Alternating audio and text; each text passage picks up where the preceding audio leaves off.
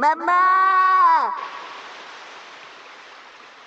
आप कैसी है मम्मा? बेटा, मम्मा, मुझे आपकी बहुत याद आ रही थी।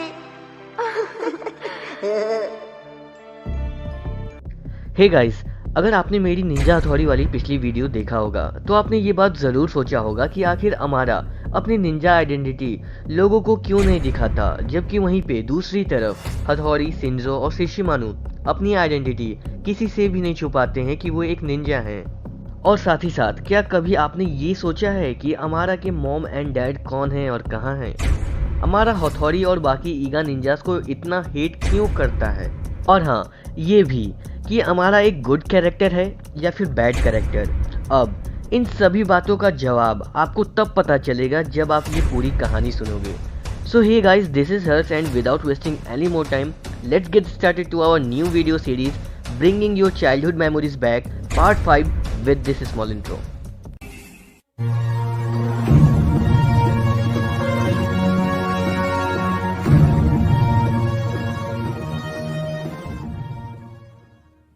ये बात तब की है जब अमारा महज 5 साल का था। तब वो अपने पापा की तरह ही एक निंजा बनना चाहता था। वो अपने पापा से हमेशा ये कहता रहता था कि वो एक काबिल और साथ ही साथ एक अच्छा निंजा बनेगा। तब उस टाइम कोगा और ईगा निंजा क्लैन के राजाओं यानी कि किंग्स के बीच दुश्मनी हो चुकी थी और इसी वजह से ईगा क्लैन और कोगा क्लैन के बीच एक वॉर हुई, जहाँ पे कि अमारा के फादर को भी जाना पड़ा उस वॉर में, क्योंकि वो एक कोगा निंजा थे और उनकी डेथ एक ईगा निंजा के हाथों हो गई। और जब ये बात अमारा और उसकी मॉम को पता चली तब उन्हें काफ़ी ज़्यादा दुख हुआ। उन्हें वॉर की जगह एक बिल्ली का बच्चा यानी कि एक किटन डरा और साथ ही साथ अकेला सा मिला। उसे कुछ हो न जाए इसीलिए उन्होंने उस किटन को अपने साथ रख लिया, जिसका कि नाम उन्होंने बाद में कियो रखा।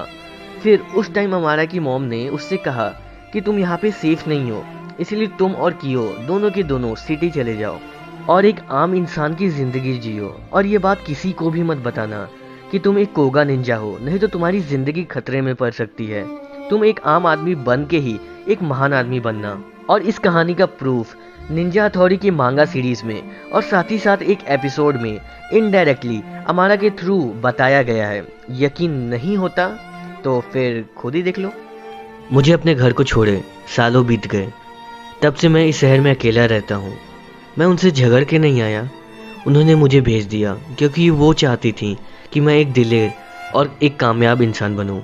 वो बाहर से जितनी ज़्यादा सख्त हैं, अंदर से उतनी ही नरम दिल हैं। जब भी उन्हें मेरी याद सताती है तो वो मुझसे फ़ोन पे बातें कर लेती हैं, वरना खत लिखती हैं।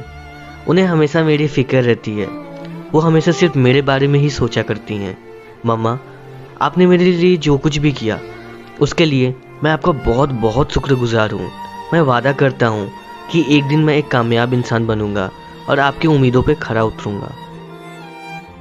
मुझे अमारा की ये स्पीच अपने वॉइस में कन्वर्ट करनी पड़ी, क्योंकि अगर मैं सेम एपिसोड बिना कोई चेंज किए अपलोड करता तो मुझे आसाई टीवी कंपनी, जो कि एक जापानीज मीडिया कंपनी है, उससे कॉपीराइट क्लेम आने का चांस रहता। और अब आप ये सोचोगे कि ये जो पूरी लाइन है, ये जो पूरी स्पीच थी, अमारा से हथौड़ी अपने निंजा टेक्निक से बुलवाता है। एग्री। अगर आप इस एपिसोड को देखे होगे तो आपको ये बात ज़रूर याद होगा कि अमारा के स्पीच से पहले ही ये स्टोरी हथौड़ी को कियो बता देता है कि अमारा स्कूल क्यों नहीं जाना चाहता और क्यों अपने मॉम पे स्पीच देने से डरता है।